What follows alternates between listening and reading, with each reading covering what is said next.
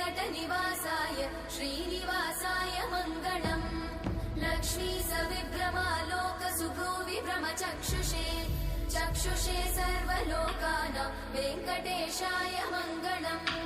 श्रीवेङ्कटाद्रिशृङ्गाग्रमङ्गलाभरणाङ्गये मङ्गलानां निवासाय श्रीनिवासाय मङ्गलम्। सर्वावयव सौन्दर्य सम्पदा सर्वचेतसां सदा सम्मोहनायास्तु वेङ्कटेशाय मङ्गलम्। नित्याय निरवध्याय सत्यानन्दचिदात्मने सर्वान्तरात्मने श्रीमद् वेङ्कटेशाय मङ्गलम्।